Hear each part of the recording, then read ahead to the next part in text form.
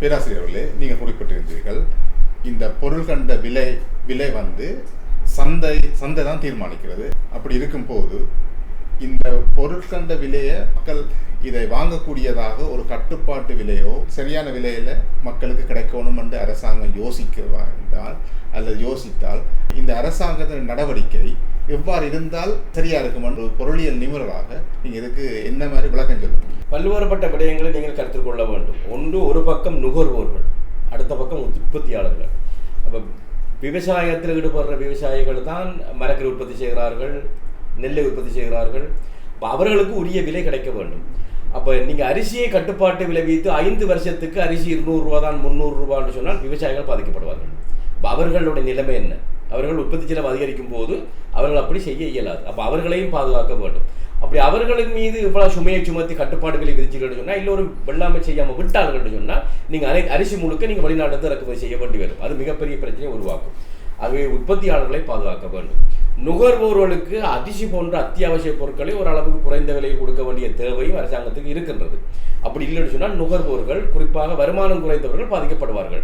ஆகவே இந்த 2 விஷயத்திலையும் அரசாங்கம் மிக கவனமாக செயற்பட வேண்டும். விவசாயிகளுக்கு உரிய வருமானம் கிடைக்க வேண்டும், நுகர்வோர்களுக்கு குறைந்த விலையில் பொருட்கள் கிடைக்க வேண்டும் என்று சொன்னால் அரசாங்கம் என்ன சொன்ன அனைத்து மக்களுடைய வாழ்வாதாரத்தை உயர்த்தணும், வருமானத்தை உயர்த்தணும், எல்லோருக்கும் வேலை வாய்ப்புகளை உருவாக்கி கொடுக்க வேண்டும்.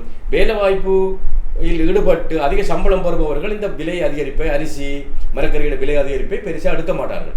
அப்படி நீங்கள் கட்டுப்படுத்துறீங்கன்னு சொன்னால் விவசாயிகள் பாதிக்கப்படுவார்கள். அப்புறம் மரக்கறி, முட்டை, நெல், அரிசி முழுக்க நீங்கள் இறக்குமதி செய்ய வேண்டிய நிலைமைக்கு வரும். இது ஒரு பக்கம், இது உள்நாட்டு பிரச்சனை.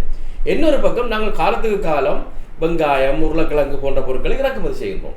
அதையும் அரசாங்கம் மிகவும் கவனமாக திட்டமிட்டு செயற்படும். இங்கே அறுவடை செய்யும் போது இறக்குமதி வரி அதிகரிக்கப்படுகின்றது. வெங்காயம் இங்கே அறுவடை செய்யப்படுகின்றது, வெங்காயத்துக்கான இறக்குமதி வரி அதிகரிக்கும். அதே மாதிரி இங்கே உருளைக்கிழங்கு அறுவடை காலம், உருளைக்கிழங்குக்கான இறக்குமதி வரி அதிகரிக்கப்படும். ஆகவே இதை நிதியமைச்சு மிக கவனமாக கையாண்டு தான் இந்த விடயங்கள் நடக்கின்றன. ஆகவே எந்தவித முறையும் இல்லாமல் எழுந்தமானத்தில் செய்யக்கூடாது இதையும். ஆனால் ஒன்று சொல்லுவேன், நிச்சயமாக இந்த அரசாங்கம், உங்களுக்கு தெரியும், இந்த பெட்டாவில் இருக்கும் வணிகர்கள் தான் இந்த விலையை தீர்மானிக்கிறார்கள்.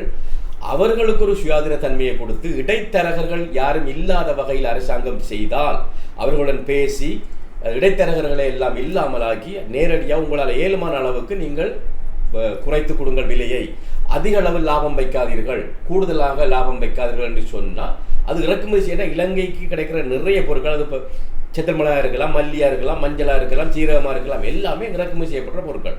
ஆகவே இடைத்தரகர்கள் இல்லாமல் அந்த விலையை இறக்குமதியாளர்கள் ஓரளவு லாபத்தை வைத்துக்கொண்டு மக்களுக்கு கொண்டு சென்று கொடுத்தால் உங்களுக்கு தெரியும், அது உற்பத்தியாளர்களுக்கு நல்லம், மக்களுக்கு நல்லம், நாட்டுக்கு நல்லம், அரசாங்கத்துக்கு நல்லம்.